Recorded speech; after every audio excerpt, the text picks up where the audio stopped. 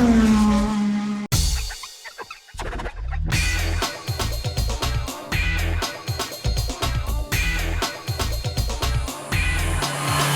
Honda CBR650F received a strange reception because the guys who bought it, they're super happy, but most people thought it was very expensive and therefore not a lot got sold.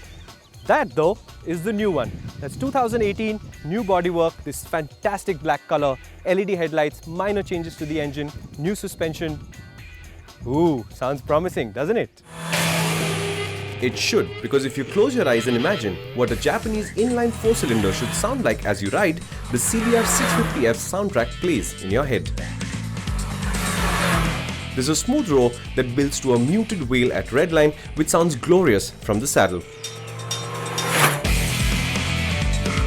There's a distinctly civilized and sober personality up to 5000 RPM, after which the sound and vibration pattern changes to a slightly angrier note, and that is how it stays to the redline. It's a little more audible as well as personable than the 2017 model, this bike. For 2018, the hardware inside hasn't changed much, but there's a new airbox and a new exhaust, and it makes quite the difference because there's only about 3 PS more. This is 89 PS now, but when you ride it, the first thing you notice is that Honda says the mid-range is stronger, but this CBR is now audible. And it's quick too. It shoots past the 100 km/h mark in under 5 seconds. The challenge for you is to figure out how fast the bike actually goes. The CBR650F literally sneaks up to speed because the power is so linear. You never feel like it's going for it.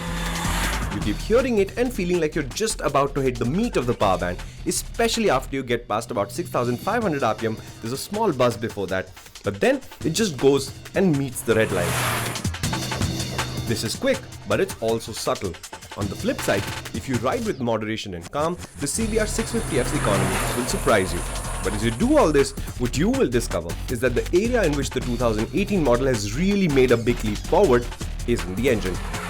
Let's talk about the suspension because that's really impressive. The SDBVs, they make this motorcycle absolutely plush and it's absorbing city roads in ways that it just shouldn't be able to do. I'm impressed.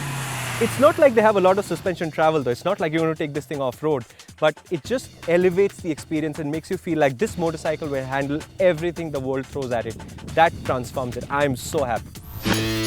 So, that sweet sounding engine and lovely suspension is wrapped up in this mildly tweaked bodywork with that distinctive LED headlamp leading from the front. And this new matte black color looks extremely good to my eyes, and the quality of the paint is very good too. What Honda might have done better is the instrument cluster, which gets no update at all, and so the twin LCD display unit, well, it looks a little bare. The addition of small things like say a gear position indicator would have livened things up quite a lot.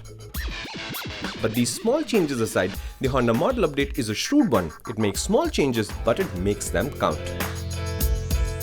For 2018, the Honda CBR650F definitely has clear strengths, and my favorite part is the suspension. Over the last couple of years, anytime you hear a Showa abbreviation, it's been a good one. Whether that's BPF, big piston forks, SFF, separate function forks, or this one, the SDBV or dual bending fork, they seem to have something special in them, and that makes the CBR so easy to ride, so composed and so stable.